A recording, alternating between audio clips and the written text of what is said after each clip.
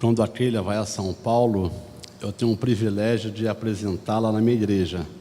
Sempre que ela vai lá, eu peço que ela traga uma palavra. Da última vez que ela esteve lá em São Paulo, eu até pedi para ela falar para a minha igreja, mas ela preferiu não falar, estava vindo de uma outra agenda, estava bem cansada.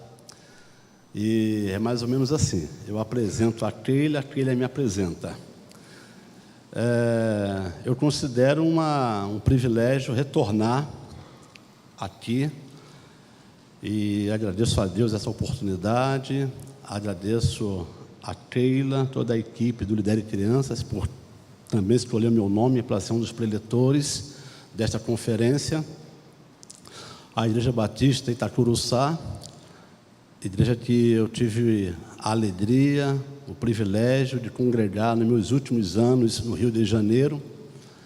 Eu servi a PEC nesse estado do Rio de Janeiro durante 13 anos. Eu fiquei um total de quase 20 anos na PEC do Brasil, 13 anos praticamente aqui no Rio de Janeiro. E visitei muitas igrejas em todo esse estado.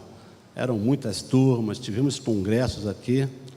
E já há 4 anos que eu retornei para o Ministério Pastoral. E não é fácil, não. No início foi muito difícil para mim, depois de todos esses anos, à frente da PEC, trabalhando com crianças, e deixar tudo isso e voltar para trabalhar com igreja, com adultos. Vocês sabem como é que é isso aí. A nossa cabeça muda completamente. Essa semana mesmo, semana passada, eu tive que ter uma reunião com a equipe do departamento infantil da minha igreja e acertar algumas coisas lá e passar algumas orientações para toda a equipe. E sempre estou reunido com as irmãs lá do departamento infantil da minha igreja. Então, hoje, à frente de uma igreja e trabalhando lá, de vez em quando eu fico perguntando a Deus se eu tomei a decisão certa quando eu fui convidado para ser pastor de novo lá, para voltar ao pastorado. Eu pergunto, será, Deus, que eu não devia continuar mais um tempo na PEC? Mas, na verdade, é que eu penso que a PEC é para pessoas mais jovens, tá, irmãos? Porque não é fácil, não. Tem que ter muita disposição física. E eu andava esse estado inteiro, segunda, terça, quarta, quinta, sexta, sábado, domingo, segunda, terça, quarta, em Nova Iguaçu, Itaboraí, e Xerém, e não sei mais o que, para tudo que é lado, Campo Grande, Zona Oeste do Rio, Jacarepaguá. Eu andava isso tudo, não tinha um dia que eu parasse. Então, eu fui percebendo que o gás estava já diminuindo bastante. Eu comecei a orar ao Senhor sobre isto. E eu era membro desta igreja de Itacuruçá, e eu, sem saber, naquele tempo que eu fiquei aqui em Itacuruçá, e nas vezes que eu vim aqui, que nem sempre eu podia vir aos cultos, mas sempre que eu vim aqui, eu recebia nesta igreja o alimento que minha alma precisava, porque a gente ficava a semana inteira trabalhando com tantas igrejas diferentes, tantas denominações diferentes, e eu precisava receber o alimento. E aqui eu sentava naquele banco ali, no terceiro, quarto banco aqui, e aqui eu tinha muita alegria de cultuar a Deus aqui em Itacuruçá. E o pastor Israel Belo, apesar de poucas vezes vir aqui, de estar na escola bíblica dominical, mas aqui Deus estava me preparando para realmente retornar para o ministério pastoral. E lá estou há 4 anos, é uma igreja excelente, já me sinto totalmente, vamos dizer assim, bem. Eu conquistei o coração de muitos irmãos da igreja, sou querido nesta igreja nesses 4 anos. Eles não queriam que eu viesse ao Rio de Janeiro de jeito nenhum, eles têm o maior ciúmes do Rio de Janeiro. Eu não posso falar do Rio de Janeiro na minha igreja, estou proibido de falar do Rio de Janeiro na minha igreja. Não posso falar do meu time, que é o melhor do Brasil, que é o Clube de Regatas do Flamengo, e que jogou contra o Corinthians e perdeu, empatou e depois perdeu, coisa e tal. E lá eu sofro tudo isso, mas a igreja está indo muito bem, apesar de mim. Cresceu bem o número de membros lá, a igreja é uma igreja animada, uma igreja está alegre, peguei uma igreja sofrida, dolorida, e Deus tem feito uma obra muito grande lá. Então, eu chego à conclusão de que realmente era este o propósito do Senhor para a minha vida. Mas fico feliz de ver aí que o trabalho aqui não parou, a visão continuou, porque a Keila realmente ela... Deixa eu jogar aqui uma coisinha legal. Tudo isso que ela faz aqui, ela aprendeu comigo. E eu tenho insistido com ela porque a Keila tem o dom do louvor, de cantar. Keila tem uma voz linda, eu cobro ela quase não divulga o CD dela mais, ela só quer escrever, coisa e tal, livros, e dar palestra. Eu falei, filha, canta, porque quando você canta, você abençoa muito o meu coração, eu tenho certeza que você abençoa muitos irmãos também. Mas ela está indo aí, hoje ela cantou, ela não canta mais. Hoje ela cantou com vocês aqui, ela não está mais cantando, agora ela está voltando a cantar. Eu quero mostrar para vocês, na minha introdução, a foto da minha família, porque não é só aquela não, tá? Porque ela fica aqui no Rio de Janeiro como soberana, como única, mas vocês vão ver, não é essa aí não, esse é o tema da palavra, a fé começa em casa, mas tem uma outra foto que aparece a família, toda a família. São diversas fotos, não sei se está aí nesse pendrive. Está no meu pendrive. Acho que aquele apertou aí, colocou, não o meu pendrive, colocou talvez um outro arquivo. Aproveitando também, dizer para vocês que eu vou enviar para vocês, acho que eles vão resolver lá, eles vão tentar resolver lá, eles vão achar, vão colocar a foto da família toda enquanto eu estou falando. No final da minha palavra, eu vou passar, a equipe do Lidere Crianças vai passar uma folha para você colocar o seu e-mail, tá? Essa lista de e-mail é para eu enviar para vocês o conteúdo da minha palavra hoje. Então, vocês vão receber a apostila da minha palavra hoje. Então, eu vou passar no final, porque se você não gostar da minha palavra, do que eu for falar aqui, você nem precisa colocar o seu e-mail ali, que eu não mando para você. Agora, se você quer, eu mando para você. E se você escrever, se quiser também aproveitar esse momento e colocar um recadinho, assim, pequenininho, sabe? Eu vou gostar, mas não escreve muito não, para dar tempo para todo mundo escrever, tá bom? Que eu vou ler o seu recado, vou levar comigo para São Paulo, e vai ser muito bom. E eu vou mandar esse material, todo esse material para você, você vai receber na sua casa. Quem não tem e-mail, peça a alguém que possa aí lhe ajudar, lhe favorecer nisto aí. Quando eu quero mostrar a foto da família para vocês, não só mostrar a foto da família, que vocês vão ver uma família linda, mas dizer para vocês que, apesar de tudo, não existe família perfeita. Não existe uma família que não precise da ajuda de Deus. Todas as famílias precisam. O pastor Israel Belo de Azevedo, que é o pastor desta igreja, parceiro meu, amigo meu, pena que ele não está aqui, ele escreveu, tem um dos livros dele que eu gosto muito, que tem um título, O Mito da Família Perfeita. Vale a pena você adquirir. Pastor Israel, estou mandando aqui, fazendo essa propaganda. Depois, por favor, coloque isso aí na minha conta.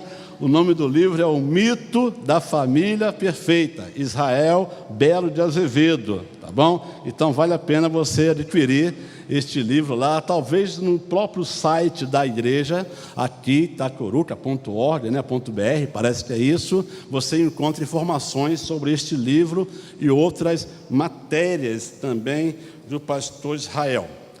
Eu penso que pelo fato exatamente de não existir família perfeita, por conta disto, muitos pais hoje estão aí à busca de ajuda. Muitos pais querem ser bem-sucedidos, encontrou uma foto ali da família, essa foto é de 1900 e qualquer coisa, porque eu estou de bigode ainda ali, misericórdia. Tem lá no grupo de WhatsApp, que ele tem nosso lá todo dia, lá, aquelas bonitas lá, outros grupos da família, tem lá. Tá, vou te dar aqui meu pendrive. Mas tem umas fotos mais bonitas, são bem mais bonitas que essa daí. A Suza, por exemplo, aí, misericórdia, já está bem novinha, mas não mudou muita coisa não. Ali, tirando o meu bigode, está tudo a mesma coisa. Ninguém mudou nada, a não ser aquele bigode horrível meu ali. Então, muitos pais têm buscado. Também não, né, Keila? Poxa, tá bom, né, Keila? Vai arrumando aí. Tá. Se você fica botando foto aí de 1930, falando para mim para eu correr. Então, vejam só, na verdade, a gente percebe que muitas famílias têm buscado ajudas. As pessoas querem socorro, todos querem ser bem-sucedidos na vida familiar, e com esse objetivo, as pessoas navegam na internet, assistem na TV aos programas com temas sobre famílias. Aliás, tem cada lixo na televisão sobre família, né? Que lavagem de roupa suja na televisão, misericórdia, o pau quebra, um negócio horrível, de família na televisão. Então as pessoas ficam assistindo aquilo ali para ver que não é só na família dela que tem esse tipo de coisas. Diversos livros, buscam conselhos de especialistas, celebridades, compram diversos livros. Um dos autores que eu pesquisei para falar para vocês nesta manhã, ele diz que o Mark Homan, da Universidade da Família, ele diz que por ano são publicados mais de 8 milhões de livros com tema sobre família. Então há uma coisa assim tremenda, mas uma necessidade de se falar sobre família. E por mais que se tenha todos esses recursos sobre família, livros, especialistas que tratam desse assunto, tantas pessoas falando sobre isso, mesmo assim a gente percebe que as famílias estão vivendo ainda por um fio, nessa busca desesperada por respostas, e muitos talvez não percebam que, na verdade, Deus quer abençoar nossas famílias.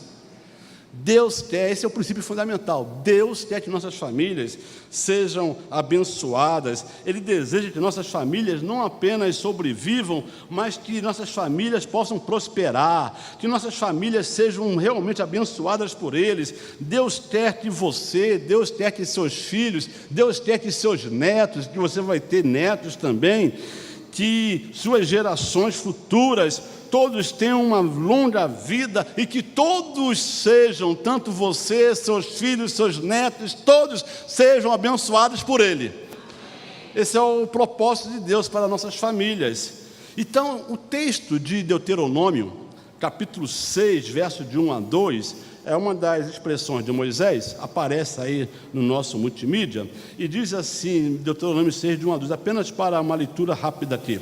Moisés disse ao povo: são esses os mandamentos e as leis que o Senhor nosso Deus mandou que eu ensinasse a vocês. Portanto, obedeçam a esses mandamentos na terra em que vão entrar e que vão possuir. Temam o Senhor nosso Deus, vocês, os seus filhos e os seus netos, e cumpram sempre todos os mandamentos e leis que eu lhes estou dando, e assim vocês viverão muitos anos. Deuteronômio 6, de 1 a 2. Vamos orar, feche seus olhos.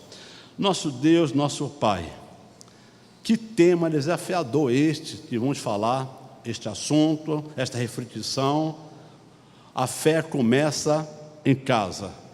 Que o Senhor nos dê da Tua direção, da capacitação do Senhor, mas de forma especial da Tua unção, para que tão somente, unicamente, o Teu nome seja engrandecido entre nós aqui.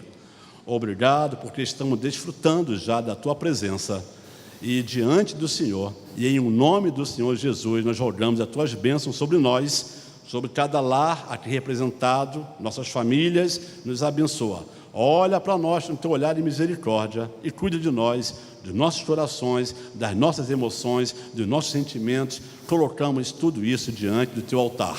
Oramos agradecidos em nome do Senhor Jesus. Amém. Em primeiro lugar, quero falar uma coisa muito interessante para vocês, que é a necessidade de colocarmos o lixo para fora de nossas casas. A gente faz isso, né? Coloca lixo para fora de casa. Então, há uma necessidade de tirarmos o lixo de dentro das nossas casas. No meu tempo, trabalhando junto com a PEC, pelo menos uns 5, 6 anos, eu estive à frente do Ministério de Acampamentos, do acampamento da PET, lá na cidade de Mariporã, interior de São Paulo. E nesse Ministério de Acampamento assisti diversas peças encenadas. Isso acontecia principalmente nas temporadas de férias, lá do acampamento Boas Novas, em Mariporã. E uma das peças que marcou bastante a minha vida, diante de tantas outras, tinha o título Jesus está vindo. O tema da peça era Jesus está vindo. Vamos dizer juntos? Jesus está vindo.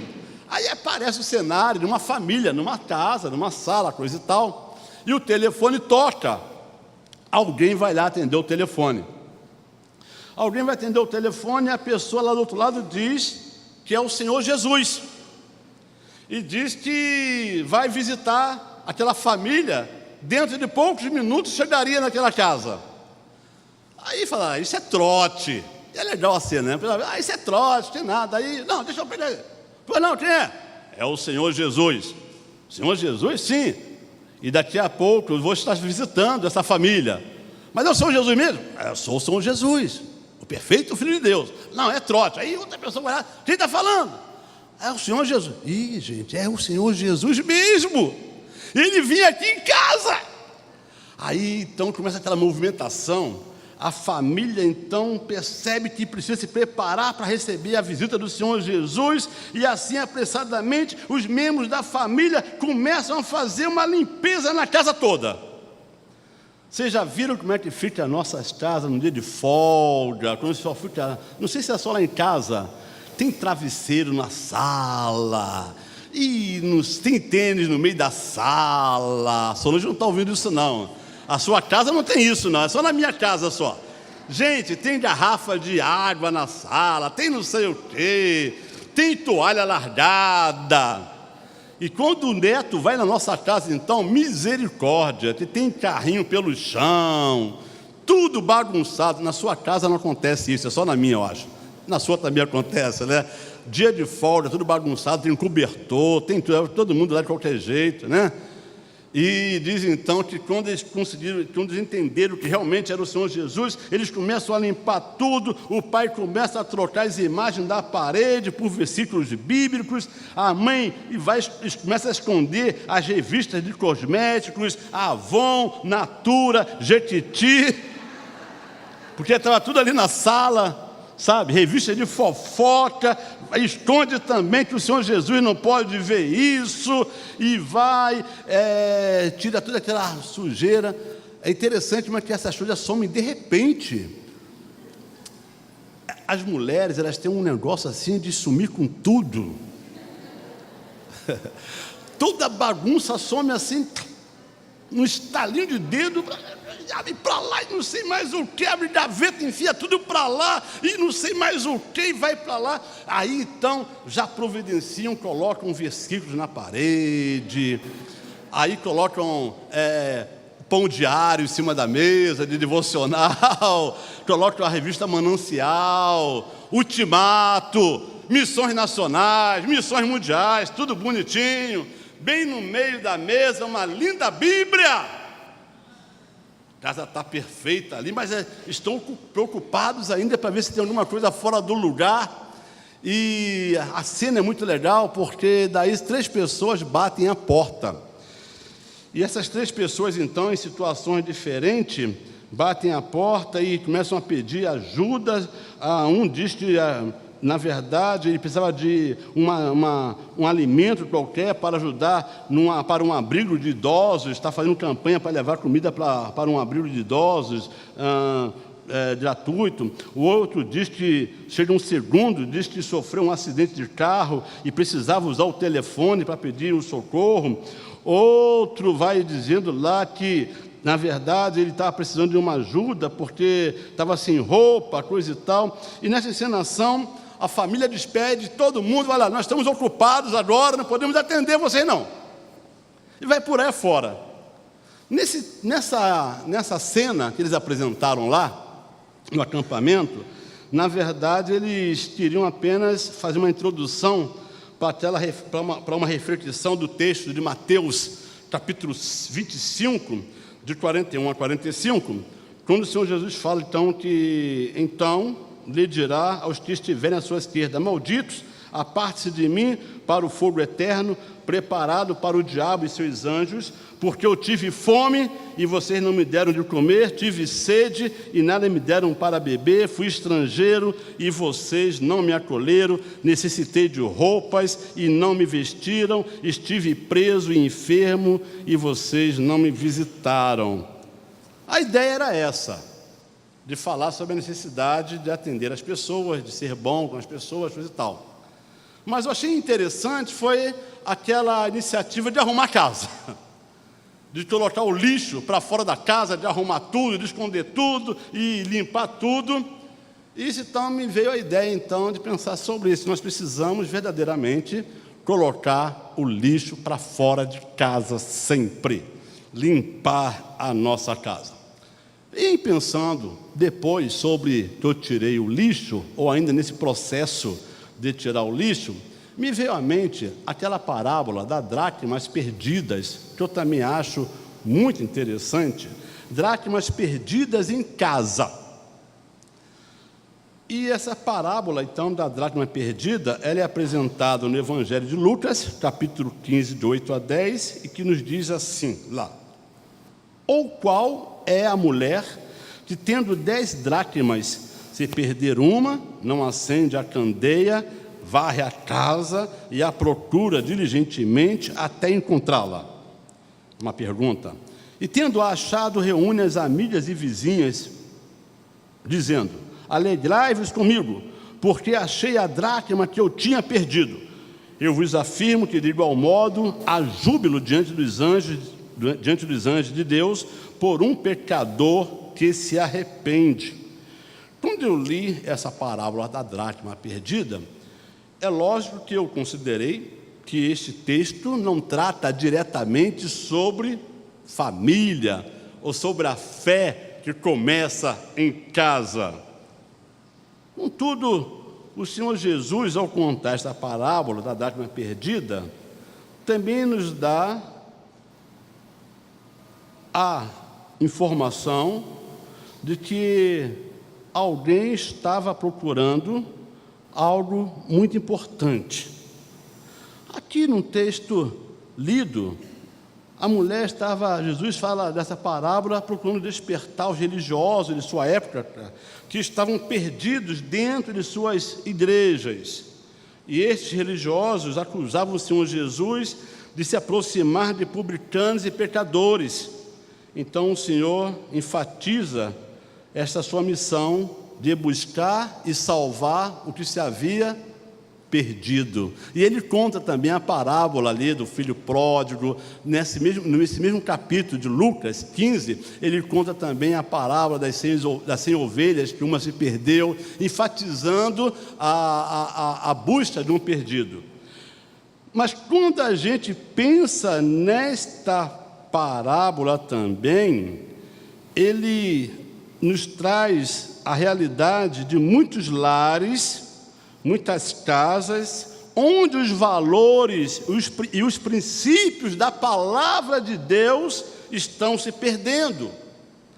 Dracmas perdidas dentro de nossas casas, dracmas perdidas dentro dos nossos lares, dracmas perdidas. Pode dar mais um clique aí, por favor, Dani?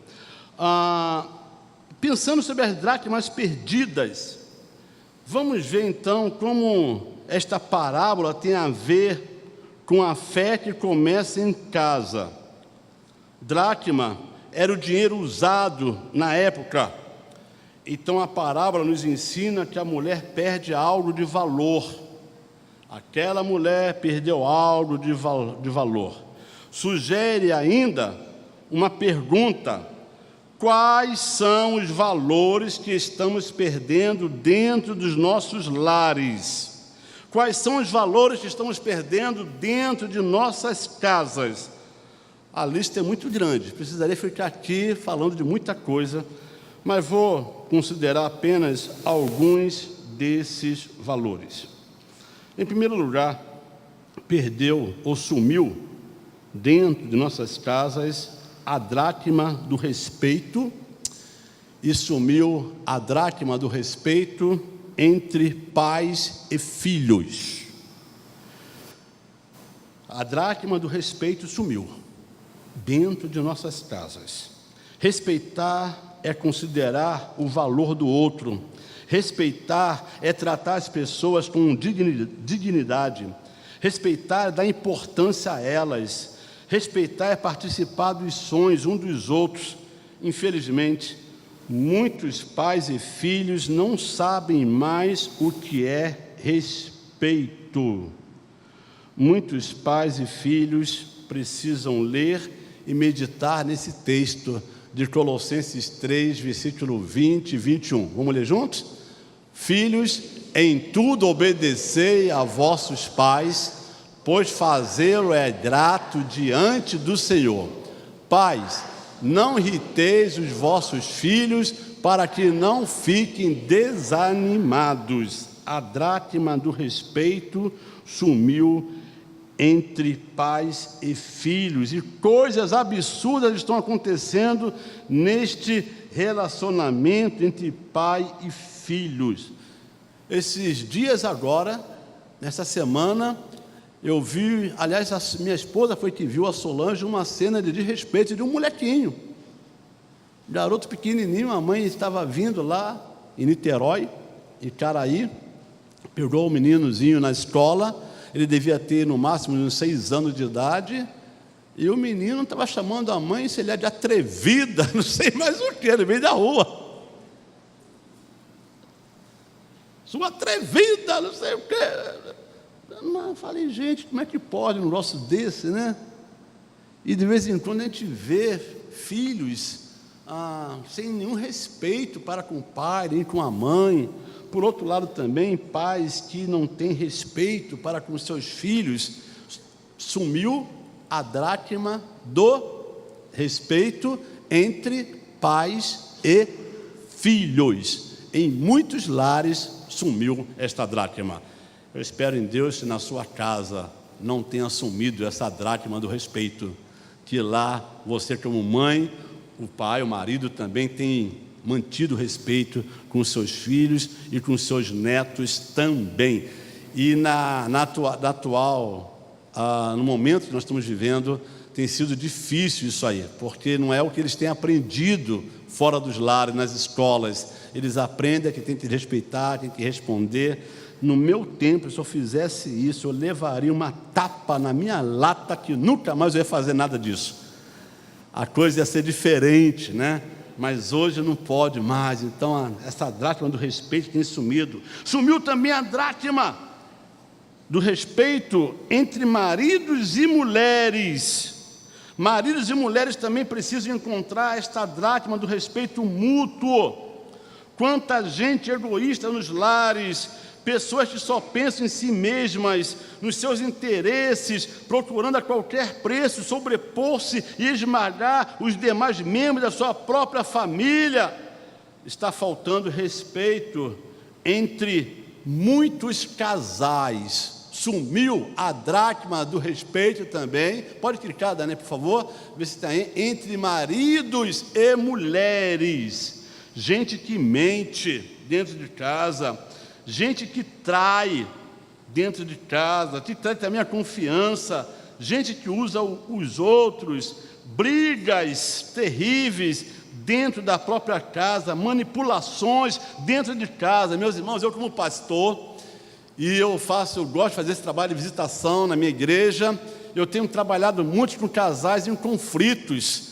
E um tempo atrás eu fui visitar um casal que estava em conflito, cheio de problemas na casa deles, e eu fiquei conversando com aquele casal, conversando naquela sala, e chegou uma hora que a mulher então perdeu completamente o domínio, o controle, e ela correu, pegou uma tesoura, e ela avançou para enfiar a tesoura no marido dela. Eu segurei a mão daquela mulher e falei, não faça isso, minha irmã.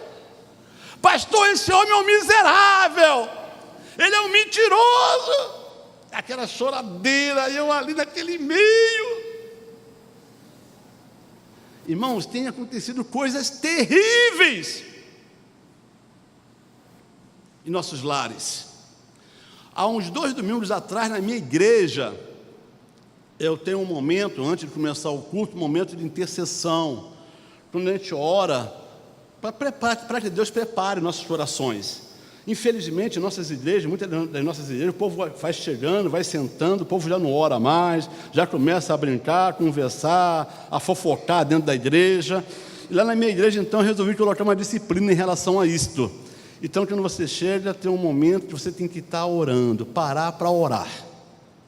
Isso antes do prelúdio, antes de iniciar o culto.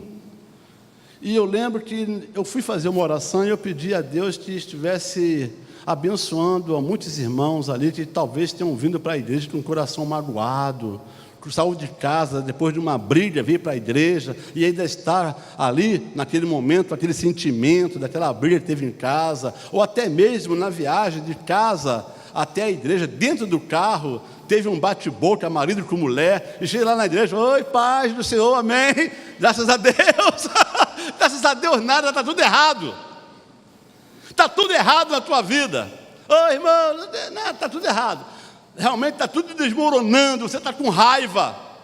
E eu resolvi então fazer oração, eu mencionei isso, irmãos. Quem sabe aqui tantas pessoas estão vindo para a igreja, mas estão com corações, chegaram aqui com corações feridos, tiveram uma discussão em casa, coisa e tal. Pai, eu orei. E no final do culto, uma senhora me perguntou, falou, pastor, o senhor acertou em cheio.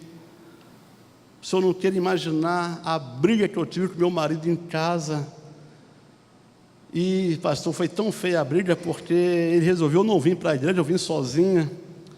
Ele não queria deixar que eu viesse para a igreja antes que nós resolvêssemos o assunto, mas eu resolvi vir. E eu saí de casa para vir para a igreja, mas só que a minha bolsa ficou dentro de casa. E eu não queria entrar para dentro de casa, porque se eu entrasse, ia começar a confusão toda de novo, a discussão de novo.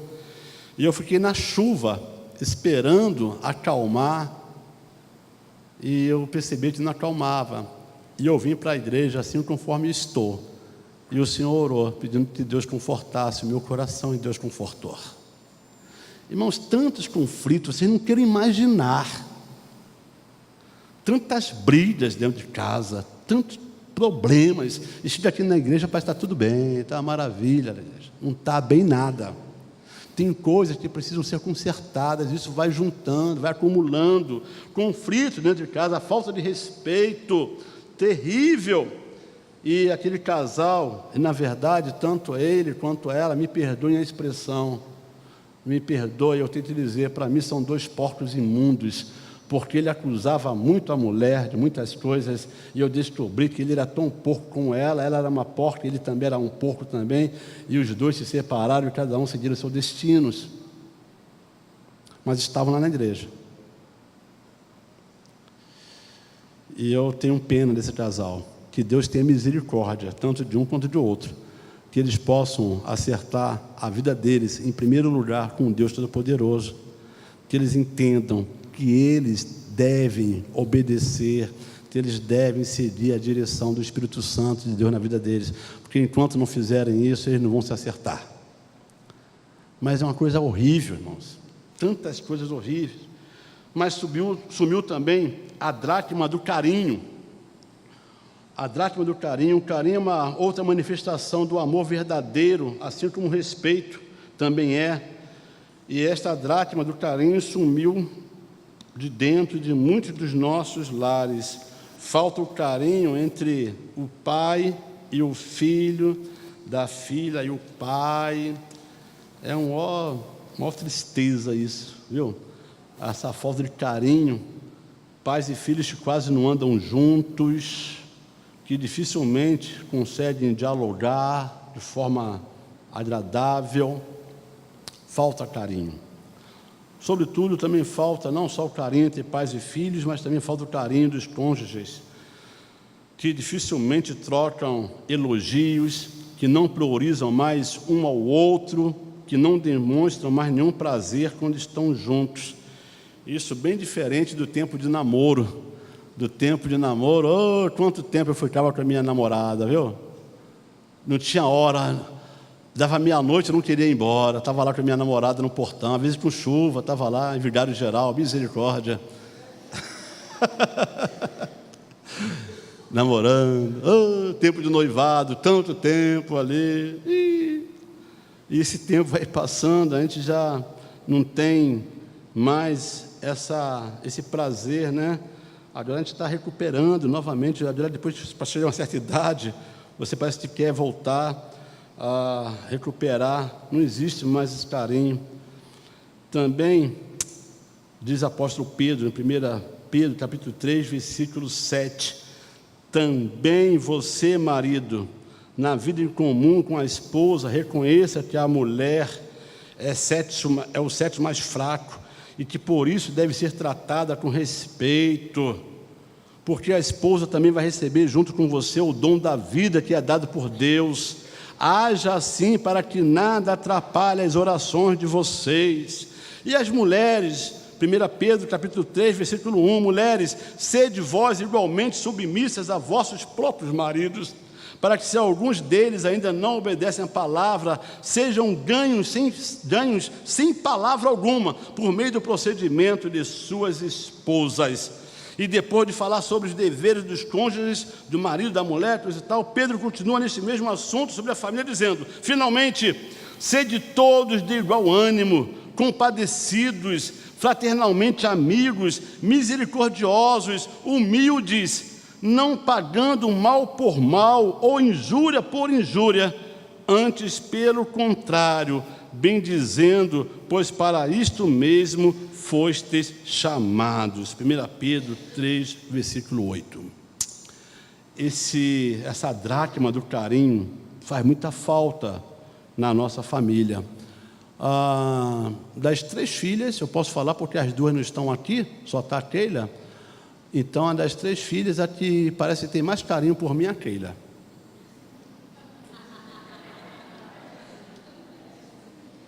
Você entendeu, né? As 2 não estão aqui, então, se as 2 tivessem, se tivesse uma, eu falava que era a Susan, entendeu? Então, eu vou fazendo esse joguinho, que eu não sou bobo, né? Então, das 3, quem tem mais carinho realmente é aquele me abraça, aquele me beija, coisa e tal, faz carinho. Então, é muito legal isso, mas precisamos esse carinho de um para com os outros, sabe? Esse é aconchego muito bom do carinho. Mas sumiu também a dracma da religiosidade. A dracma da religiosidade sumiu. Há muito tempo que já sumiu o culto doméstico na vida de oração, a vida de oração, o culto doméstico, a leitura da Bíblia na família. O temor e zelo para com o reino de Deus está cada vez mais escasso em nossas casas. Então sumiu a dracma da religiosidade, sumiu o culto doméstico, sumiu a vida de oração em família, sumiu a leitura da Bíblia em família. E o temor, o zelo de Deus está cada vez mais escasso em nossas famílias. Há alguns anos atrás, eu visitei um pastor na linda cidade de Santo André, lá no interior de São Paulo, naquela região do ABC, Santo André. E naquela casa, de um pastor muito próspero, ele é um alto funcionário da empresa Mercedes-Benz, de São Bernardo do Campo. A esposa tem diversos comércios lá. E na casa dele, um homem muito próspero, financeiramente falando, uma casa muito linda, eles reservaram um cômodo muito especial para o ídolo daquela casa, para o ídolo daquele lar. E esse cômodo reservado para o ídolo da casa chamou-se sala de televisão. Mas era um lugar muito lindo, uma sala com muito conforto, poltronas maravilhosas, uma televisão imensa na parede. Na verdade, parecia um pequeno cinema dentro daquela casa. Contudo, eu nem encontrei naquela casa um lugar reservado para a oração. E nesses cursos da PEC que eu andei por todo esse estado do Rio de Janeiro, eu encontrei uma igreja em Niterói, uma igreja que o pastor teve a iniciativa ou a ideia de fazer naquela igreja, separar naquela igreja uma sala para oração, sala de oração. Então você chega naquela igreja, tem uma salinha lá, e a salinha muito arrumadinha, muito confortável, você tem lugar para você ajoelhar-se, você tem um caderno para colocar o seu nome, para dizer a hora que você entrou, a hora que você saiu. Se você quiser deixar um pedido de oração, você pode deixar naquele caderno. E enquanto você está lá dentro, enquanto aquela sala está ocupada, fica uma luz de advertência vermelha acesa, dizendo que a sala está ocupada ali. E daí então você pode ficar ali o tempo que você quiser, falando com Deus, sala de oração. E eu estou com desejo de fazer a mesma coisa na minha igreja lá em São Paulo, sala de oração da igreja, para quem desejar orar. Acho que seria bom também que tivéssemos em nossa casa uma salinha de oração para os membros da família, com uma luzinha também, onde ninguém fosse perturbar você, atrapalhar você. Eu estou orando, eu estou na minha sala de oração, e naquela casa, daquele colega meu, tão rico materialmente, mas ouvi que não eram tão ricos também espiritualmente falando. E, na verdade, tinha lá uma linda sala de TV, que eles fizeram questão de me mostrar, mas eu nem encontrei naquela casa um local de oração. O culto doméstico chega a ser uma palavra da pré-história. Poucos membros da nossa igreja, dos nossos dias, poucos jovens dessa nova geração, sabem o que é culto doméstico. Muitos jovens não sabem mais o que é isso. Na casa de Jó, Jó é um dos personagens da Bíblia. Eu estou correndo porque o meu tempo está em cima, então estou aqui a 1000 por hora, estou falando tudo assim, sabe, vocês estão percebendo, né? Que eu estou a 250 por hora, porque daqui a pouquinho tem que voar. Na casa de Jó era diferente. Diz a Bíblia que, decorrido o turno de dias, de seus banquetes, chamava Jó a seus filhos e os santificava. Jó levantava-se de madrugada, Jó santificava os seus filhos, Jó fazia culto com seus filhos, e Jó oferecia holocaustos segundo o número de todos os filhos. E Jó dizia: talvez tenha pecado os meus filhos e blasfemado contra Deus em seus corações. Assim fazia Jó continuamente. Jó preservava ali a unidade do seu lar, com seus filhos, lendo e orando na presença, lendo a palavra, cultuando ao Senhor ali em sua casa. Creio que não será difícil nos lembrarmos de tantas outras dracmas que sumiram em nossas casas. Eu falei da dracma do carinho, da dracma do respeito, da dracma da religiosidade que sumiu em nossos lares, mas tem tantas outras dracmas que precisamos procurar. Mas deixa eu buscar algumas soluções sobre isto, sobre a dracma perdida.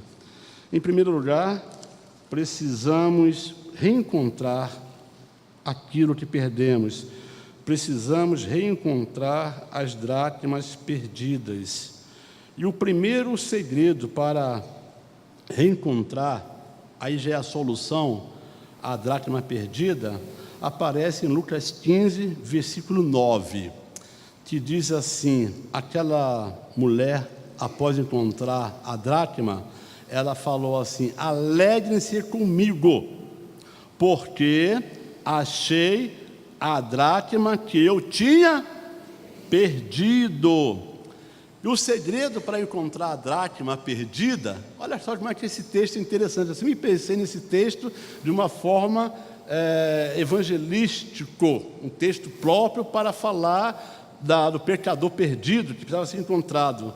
Mas agora eu encontro nesse texto valores que foram perdidos dentro dos nossos lares e que precisam ser novamente encontrados, porque a fé realmente começa em casa. E o segredo para encontrar a dracma perdida está, em primeiro lugar, nos verbos que aparecem na primeira pessoa do singular desse versículo 9 do capítulo 15 de Lucas. Então, alegre-se comigo porque achei, ou eu achei, porque eu perdi, eu tinha perdido, eu achei aquilo que havia perdido. Aquela mulher, ela perdeu e ela mesma foi procurar, ela mesma foi quem procurou. Não foram as vizinhas, não foram as amigas, ela decidiu procurar a dracma. E diz então o texto, aquela mulher pega uma vassoura e começa a varrer a casa, e ela estava ali procurando aquela dracma perdida. E este princípio, deste segredo, é importantíssimo se desejamos que algo seja restaurado em nossas casas, se desejamos que algo seja recuperado. Nós mesmos precisamos tomar a iniciativa, precisamos decidir sermos usados por Deus para esta missão de restauração em nossa família. Tem que começar com você. Não fique esperando por outro, faça você isso. Tome a decisão.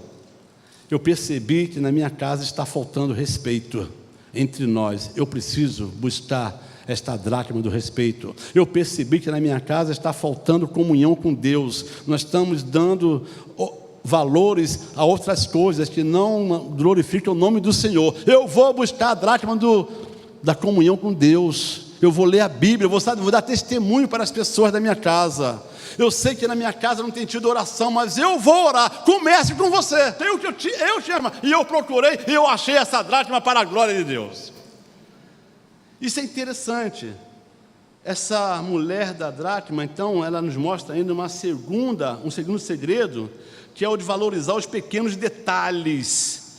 O Senhor Jesus continua contando essa parábola, e Jesus continuou dizendo: se uma mulher que tem 10 moedas de prata perdeu uma, vai procurá-la, não é? Ela acende uma lamparina, ela vai à casa e procura com muito cuidado até achá-la. Lucas 15, 8. Aquela mulher da parábola tinha 10 dracmas e perdeu apenas uma.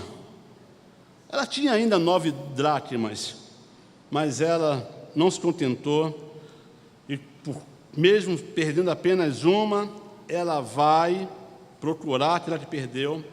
Ela não queria perder uma segunda dracma, ela não queria perder a terceira dracma, mas ela parou tudo o que estava fazendo até encontrar a dracma perdida. Isso nos mostra que precisamos ficar atentos para os pequenos detalhes.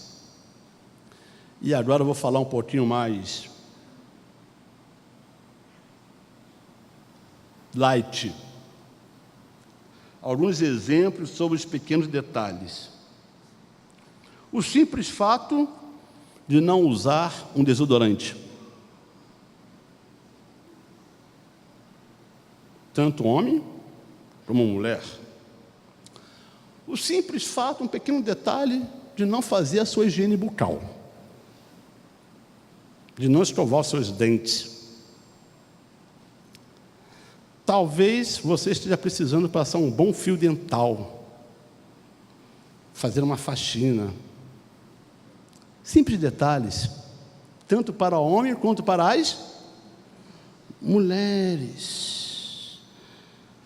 Simples detalhes, talvez, de não lembrar de uma data importante na vida do casal. Gente, esse problema eu tenho seríssimo comigo. Se me perguntarem agora, a Solange não está ouvindo não. A data do meu casamento, eu lembro o dia e o mês, mas o ano, ela não está sabendo de nada. Isso dá um boletim de ocorrência enorme, irmãos. Você não pode esquecer a data do aniversário do esposo ou da esposa. Talvez até um pequeno detalhe de não dar uma boa noite, um bom dia. Essas coisas vão atrapalhando o casamento. vão prejudicando a relação. E então precisamos pedir a Deus sabedoria, discernimento para termos a percepção dos detalhes, pequenos detalhes, já que o pastor anterior cantou música do Roberto Carlos, detalhes tão pequenos de nós dois. São pequenos detalhes que precisam ser reencontrados, que foram perdidos, dracmas preciosas que foram perdidas dentro dos nossos lares. Precisamos então pedir que Deus nos mostre, precisamos estar bem arrumados, precisamos estar com um cheiro agradável, com bons costumes de uns para com outros. E em relação a isso aqui, Tiago diz o seguinte: mas se alguém tem falta de sabedoria, peça a Deus e Ele a dará, porque é generoso e dá com bondade a todos. Tiago 1. Finalizando, eu preciso correr, precisamos valorizar os pequenos detalhes. Eu quero falar sobre um homem chamado Nabal. Nabal, um louco dentro de casa, que eu preciso correr, acabar, me perdoe por isso. E vamos ler o texto de 1 Samuel 25, de 2 a 40, vai aparecer ali a história desse Nabal, que é tremendo isso aí. Vejam só o que aconteceu. Vamos ler juntos o texto de 2 a 40. É para terminar. Vamos lá. 1, 2, 3. Certo homem de Maom, que tinha seus bens na cidade de Carmelo, era muito rico. Possuía 1000 cabras e 3000 ovelhas, as quais estavam sendo tosquiadas em Carmelo. Seu nome era Nabal, e o nome de sua mulher era Abigail, mulher inteligente e bonita, mas seu marido, descendente de Calebe, era rude e mau. No deserto, Davi ficou sabendo que Nabal estava tosqueando as ovelhas. Por isto, enviou 10 rapazes e lhes disse: leve minha mensagem a Nabal em Carmelo e o cumprimentem em meu nome. Digam-lhe: longa vida para o Senhor, muita paz para o Senhor e sua família, e muita prosperidade para tudo que é teu. Sei que estás tosqueando tuas ovelhas. Quando os teus pastores estavam conosco, nós não os maltratamos, e durante todo o tempo em que estiveram em Carmelo, não se perdeu nada que fosse deles. Pergunte a eles, e eles lhe dirão. Por isso, seja favorável, pois estamos vindo em época de festa. Por favor, dá a nós, teus servos, e a teu filho Davi o que puderes. Os rapazes foram e deram a Nabal essa mensagem, em nome de Davi, e ficaram esperando. Nabal respondeu então aos servos de Davi: quem é Davi? Quem é esse filho de Jessé? Hoje em dia, muitos servos estão fugindo de seus senhores. Por que deveria eu pegar meu pão e minha água e a carne do gado que abati para meus tosqueadores e dá-los a homens que vêm, não se sabe de onde? Então os mensageiros de Davi voltaram e, ao chegarem, relataram a ele cada uma dessas palavras. Davi ordenou a seus homens: ponham suas espadas na cintura. Assim eles fizeram, e também Davi. Cerca de 400 homens acompanharam Davi, enquanto 200 permaneceram com a bagagem. Um dos servos disse a Abigail, mulher de Nabal: do deserto, Davi enviou mensageiros para saudar o nosso Senhor, mas ele os insultou. No entanto, aqueles homens foram muito bons para conosco, não nos maltrataram, e durante todo o tempo em que estiveram com eles nos campos, nada perdemos. Dia e noite eles eram como um muro ao nosso redor, durante todo o tempo em que estivemos com eles, cuidando de nossas ovelhas. Agora leve isso em consideração e veja o que a senhora pode fazer, pois a destruição paira sobre o nosso Senhor e sobre toda a sua família. Ele é um homem tão mau que ninguém consegue conversar com ele. Isso é um Nabal, tá? Imediatamente Abigail pegou 200 pães, 2 vasilhas de couro cheias de vinho, 5 ovelhas preparadas, 5 medidas de grãos torrados, 100 bolos de uvas passas e 200 bolos de figos prensados, e os carregou em jumentos. E disse a seus servos: vocês não vão na frente, e eu os seguirei. Ela, porém, nada disse a Nabal, seu marido. Nabal significa tolo, tá? Isso é só para vocês saberem. Enquanto ela ia montada no jumento, encoberta pela montanha, Davi e seus soldados estavam descendo em sua direção e ela os encontrou. Davi tinha dito: de nada adiantou proteger os bens daquele homem no deserto, para que nada se perdesse. Ele me pagou o bem com o mal. Que Deus castigue a Davi e o faça com muita severidade, caso até amanhã eu deixe vivo um só dos 7 masculinos, de todos que pertencem a Nabal. Quando Abigail viu Davi, desceu depressa do jumento, prostrou-se perante Davi, rosto em terra. Ela caiu a seus pés e disse: meu senhor, a culpa é toda minha, por favor deixa a tua serva lhe falar, ouve o que ela tem a dizer. Meu senhor, não deis atenção àquele homem mau. Era o marido dela, tá? Nabal, ele é tolo, tá bom? Ele é insensato, conforme o seu nome significa, e a insensatez o acompanha, contudo eu, tua serva, não vi os rapazes que meu senhor enviou.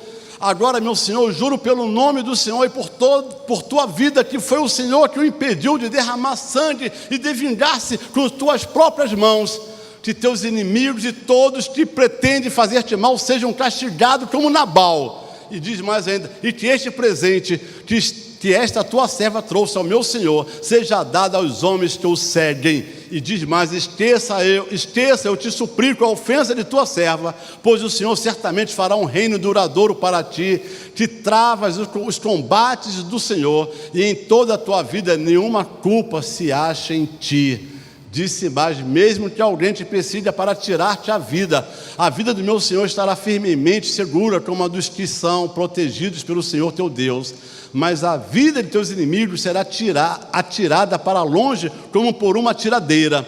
Disse mais: quando o Senhor tiver feito a meu Senhor todo o bem que prometeu, e te tiver nomeado líder sobre Israel, meu Senhor não terá no coração o peso de ter derramado sangue desnecessariamente, nem de ter feito justiça com as próprias mãos. E quando o Senhor tiver abençoado a ti, lembra-te da tua serva. Davi disse a Abigail: bendito seja o Senhor, o Deus de Israel, que hoje a enviou ao meu encontro.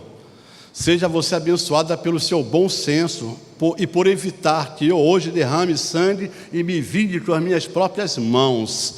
De outro modo, juro pelo nome do Senhor e do Deus de Israel, que evitou que eu lhe fizesse mal. Se você não tivesse vindo depressa encontrar-me, nenhum só dos 7 masculinos pertencente a Nabal teria sido deixado vivo ao romper do dia. Então Davi aceitou o que ela havia lhe trazido e disse: vá para a sua casa em paz, ouvi o que você disse e atenderei o seu pedido. Quando Abigail retornou a Nabal, ele estava dando um banquete em casa, como um banquete de rei. Ele estava alegre, bastante bêbado, e ela nada lhe falou até o amanhecer. De manhã, quando Nabal estava sóbrio, estava sóbrio, sua mulher lhe contou todas essas coisas. Ele sofreu um ataque e ficou paralisado como uma pedra. Verso 38. Cerca de 10 dias depois, o Senhor feriu a Nabal e ele morreu. 39. Disse: bendito seja o Senhor que defendeu a minha causa contra Nabal, por ter me tratado, isso quem disse foi Davi, me tratado com desprezo. O Senhor impediu o seu servo de praticar o mal e fez com que a maldade de Nabal caísse sobre sua própria cabeça. Então Davi, essa parte é muito bonita, está um romance, veja só, olha só. Então Davi enviou uma mensagem para Abigail. Seus servos foram para Carmelo e disseram a Abigail: Davi nos enviou você para levá-la, para tornar-se mulher dele. Ela se levantou, depois inclinou-se com o rosto em terra e disse: aqui está a sua serva, pronta para servi-los e lavar os pés dos servos de meu senhor. Na verdade, eu não iria ler o versículo 41, não. Iria ler só o 40. Quando Davi faz o convite para Abigail. Eu ia perguntar para vocês assim: será que Abigail foi? Mas agora que eu já li o versículo 41, vocês sabem que ela foi. Vocês vejam só. A fé começa em casa. E em casa também deve ser alimentada. Muitos pais acusam seus pastores, suas igrejas, os professores do departamento infantil, pela falta de interesse de seus filhos nas coisas relacionadas à palavra de Deus. A culpa é do departamento infantil, a culpa é da professora, a culpa é do pastor. E estudos indicam, porque muitos filhos de crentes estão abandonando a fé e os princípios bíblicos. Estudos indicam que mais da metade das crianças que foram criadas dentro das igrejas provavelmente abandonará a fé quando chegar à vida adulta. Kurt Brunner e Steve Strop dizem no livro A Fé Começa em Casa, um dos livros que eu pesquisei. Esses autores defendem que a opinião de que a melhor estratégia para evitar esse êxodo de filhos que se afastam da presença do Senhor é o fortalecimento da vida cristã dentro das nossas casas. É dentro de casa que nossos filhos recebem a base sólida sobre a qual nossos filhos serão capazes de desenvolver uma fé duradoura e sadia durante toda a vida deles. O problema, em nossa opinião, não é aquilo que está acontecendo nas igrejas. Muitas pessoas se preocupam com o que está acontecendo nas igrejas. Mas o problema realmente, a grande questão, na verdade, é aquilo que está terrivelmente acontecendo dentro de muitas das nossas casas. O problema não está na igreja, o problema está em casa. A maneira como os filhos estão sendo educados, a maneira como os pais testemunham da fé para os seus filhos, essas coisas vão influenciar os filhos e vão determinar aquilo que eles serão, naquilo que irão se tornar no futuro. A nossa casa é o principal lugar onde a fé não só começa. A fé começa em casa, mas também em nossa casa que a fé deve ser alimentada. Que Deus abençoe você. Que a fé possa começar verdadeiramente na sua casa. Vamos orar. Feche seus olhos. Nosso Deus eterno Pai, sabemos que a fé começa em casa e precisamos tanto da Tua bênção, porque o local de maior desafio para testemunharmos do Senhor, da nossa fé, é dentro dos nossos lares. Obrigado porque o Senhor tem nos abençoado. Obrigado pelas 3 filhas que o Senhor me deu e a maneira como elas têm testemunhado da nossa fé. Mas nos ajuda, Senhor, a continuar mostrando que só o Senhor é o nosso Deus. Nos ajuda a continuar mostrando, não só eu, mas todos que aqui estamos, a mostrar para os nossos filhos, para os nossos descendentes, que verdadeiramente Jesus Cristo é o único caminho, a verdade e a vida. Obrigado por isso. Nós oramos em nome do Senhor Jesus. Amém. Você tem um valor muito grande também. Não vai pensando que você é uma dracmazinha perdida, não. Você tem um valor muito grande. Você é preciosa para Deus, você é precioso para Deus também. E eu resolvi, então, dar para você uma dracma de presente. E a equipe do Lidere Criança vai começar já agora, nesse momento, a entregar para você uma dracma para você guardar de lembrança. Eu sei que você não vai guardar essa lembrança de jeito nenhum, porque você vai comer essa dracma. Mas essa dracma é para você entender que você precisa verdadeiramente buscar, procurar as dracmas que estão sendo perdidas dentro de sua casa. E você que deseja receber, tem muito mais coisa aqui. Eu tive que cortar muita coisa, porque o meu tempo não dava, eu tive que resumir, tive que fazer uma ginástica aqui tremenda.